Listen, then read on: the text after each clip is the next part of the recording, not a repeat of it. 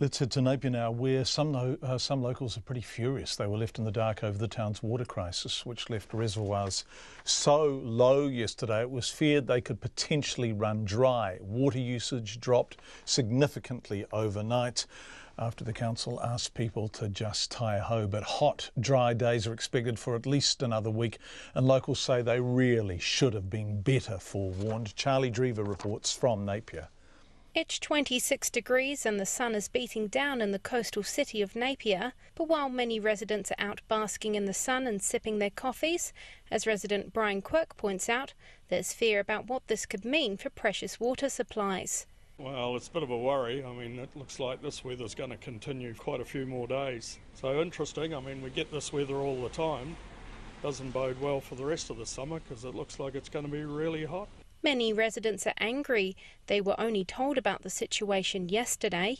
My thoughts are, why weren't we told beforehand? And I think the Mayor is responsible and should have let us know about it.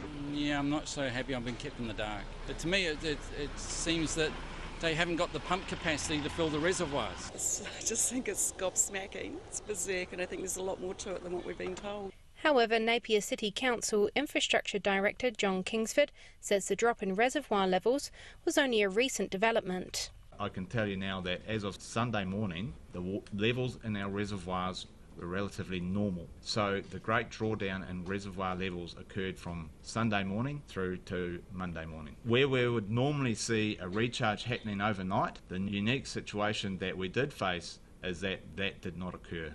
John Kingsford says this was due to a mix of warmer than average weather over the weekend and significantly low rainfall last month. The council has banned watering of gardens and other non-essential water use, which is set to slowly ease over the next few days. But many residents were not aware until it was too late.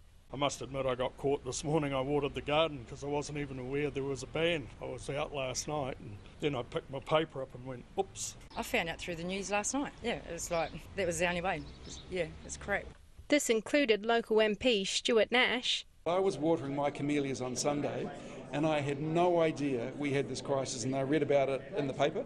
So I think the Napier City Council might have to have a look at their overall comms plan. But Mayor Bill Dalton says residents have been kept well informed.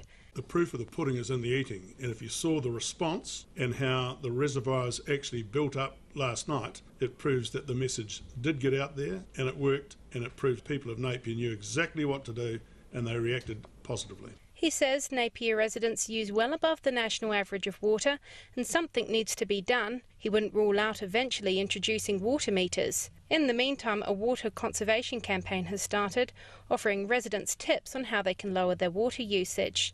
The recent scare has left many residents panic buying water. My daughter went last night before this even happened, and she said people were crowding around water then. So, do you have to go to the supermarkets at all to get water? Sure did, yeah. You know, and I'm a beneficiary, so that was just something that came out of my kids', it came out of Christmas and groceries for the week, so it sucks. Foodstuff says they've been receiving extra shipments of water just in case, but the council is confident if water use continues to be used sparingly, this won't be necessary. Although for many residents, the sunny weather forecast until next week will be met with apprehension. For Checkpoint, I'm Charlie Drever.